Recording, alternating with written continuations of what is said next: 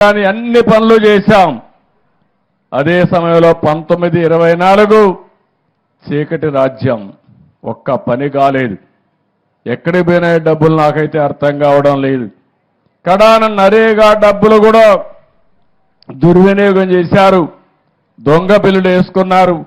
ఇష్టానుసారంగా ఎక్కడికక్కడ సొంత జోబుల్లోకి పోయినాయి తప్ప ప్రజలకు ఖర్చు పెట్టే పరిస్థితి లేరు.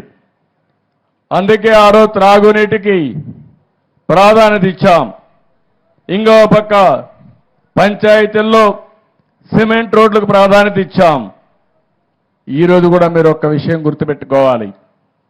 ఎమ్మెల్యే ఉన్నారు, నియోజకవర్గ సమస్యల్ని పరిష్కారం చేయడం కోసం ఆయన ఎక్కడికక్కడ ముందుకు వస్తారు. ఎమ్మెల్యే ఎంత ముఖ్యమో అదే సమయంలో గ్రామ సర్పంచ్ కూడా అంతే ముఖ్యం. గ్రామానికి ప్రథమ